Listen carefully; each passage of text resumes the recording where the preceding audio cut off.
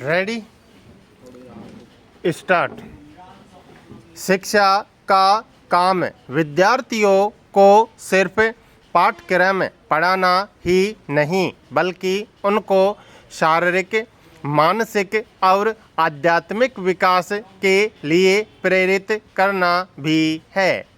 इस अहम भूमिका के बावजूद पिछले दिनों की कुछ घटनाओं ने अध्यापक की भूमिका पर ही प्रश्न चिन्ह लगाए। किसी स्कूल में बच्चों को बच्चों के खिलाफ खड़ा कर दिया गया तो किसी में बच्चे को समझाने की जगह उसकी पिटाई कर दी गई। हालांकि यह समझना मुश्किल है कि शिक्षा और मनोविज्ञान की प्राथमिक शर्त के रूप में कुछ शिक्षक यह क्यों नहीं समझ पाते कि बच्चे के खिलाफ किसी भी तरह का आक्रामक बर्ताव या हिंसा उस पर बेहद नकारात्मक असर डालेगा। लेकिन इससे भी आगे बढ़कर जब शिक्षा के क्षेत्र में धर्म और जाति के नाम पर शिक्षकों के द्वारा विद्यार्थियों को जांचा और परखा जाएगा तो समझा जा सकता है कि समाज में कैसी पढ़ी लिखी युवा पीढ़ी तैयार होगी। पैरा यों भी वर्तमान में युवा पीढ़ी के मन में सोशल मीडिया से लेकर कई अनेक मंचों के जरिए आक्रामकता, हिंसा और नफरत के बीज बोए जा रहे हैं, जिनसे बनने वाला पौधा किसी भी हाल में खुशहाल समाज की नींव नहीं रख सकता। छोटी छोटी बातों पर युवाओं के अलग अलग गुट बन जाते हैं। उनके बीच मनमुटाव का रूप कई बार हिंसा की शक्ल ले लेता है। किसी भी राय प्रभावित करने वाले समूह के बहकावे में आकर तर्कहीन विचार का अनुसरण करना आम हो गया है। इस स्थिति में विद्यार्थियों के मानसिक विकास में एक अध्यापक की बहुत बड़ी भूमिका होती है। लेकिन अगर अध्यापक की भूमिका ही तर्कसंगत न हो तो समाज किससे आशा करेगा। सबसे महत्वपूर्ण बात यह है कि सोशल मीडिया के अधिक प्रसार से पहले बच्चा अपनी माँ के बाद शिक्षक से ही ज्ञान प्राप्त करते थे। लेकिन इंटरनेट आधारित विभिन्न माध्यमों के प्रचार प्रसार के कारण विद्यार्थियों की निर्भरता उन पर अधिक हो गई है।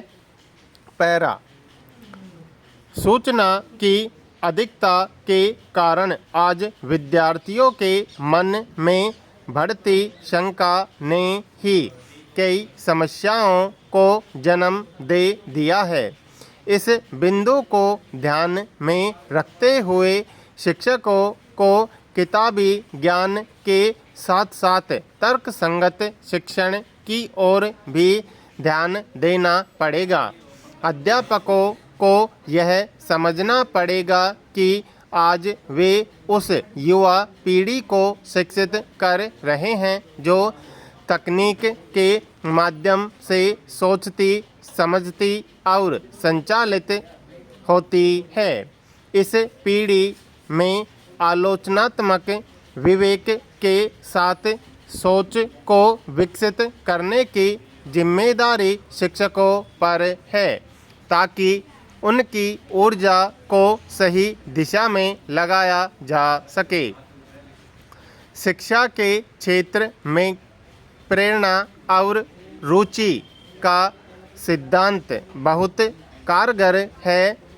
क्योंकि वर्तमान में विभिन्न क्रियाकलापों से बच्चों और उनके माता पिता पर गैर जरूरी बोझ डाला जा रहा है, जबकि जरूरी है कि बचपन से ही उनकी रुचि को समझकर अध्यापक उन्हें उसे प्राप्त करने के लिए प्रेरित करें, ताकि उसकी रुचि को सही दिशा में लगाकर उसकी मंजिल तक पहुंचाया जा सके।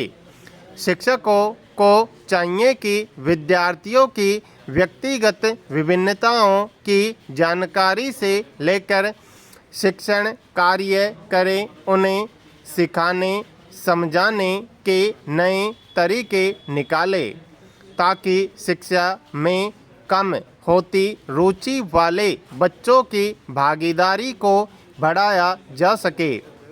हर एक बच्चे की गहराई, क्षमता और प्रकार अलग अलग हो सकती है। उन्हें समझाने की तरीके की खोज करना शिक्षक का ही दायित्व है। यह बहाना कमज़ोर है कि बच्चे ने कोई पाठ याद नहीं किया तो उसके लिए वह बच्चा ही जिम्मेदार है।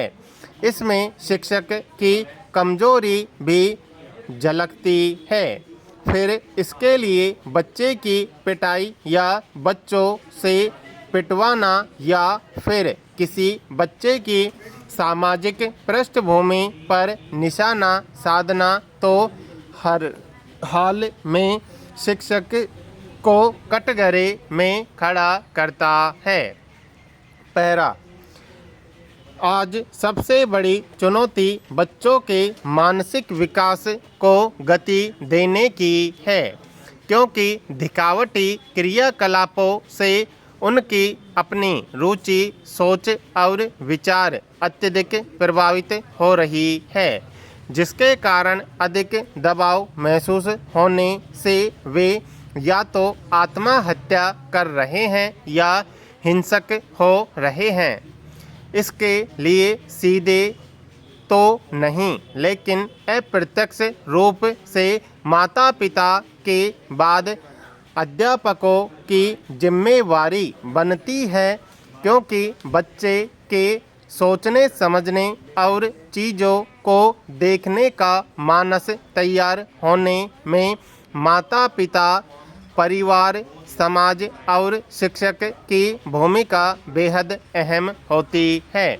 इसलिए ज़रूरी है कि भागीदारी पूर्ण शिक्षा पद्धति को अपनाया जाए, ताकि न उस पर अध्यापक हावी हो और न ही विद्यार्थी, क्योंकि एक तरफ शिक्षा पद्धति से विद्यार्थी और अध्यापक दोनों का ही नुकसान होता है, तो दूसरी इसका घाटा समाज और देश को भी उठाना पड़ता है।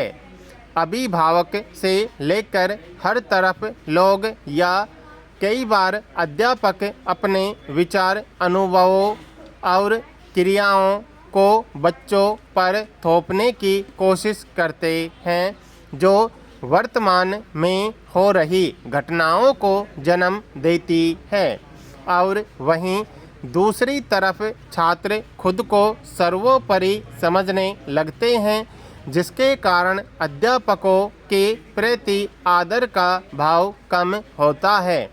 इसलिए यह समझना होगा कि नई शिक्षा नीतियों से शिक्षा के स्वरूप में तो बदलाव लाया जा सकता है, पर शिक्षक और विद्यार्थी के स्तर में सकारात्मक बदलाव आपसी भागीदारी और तर्कशीलता से ही लाया जा सकता है।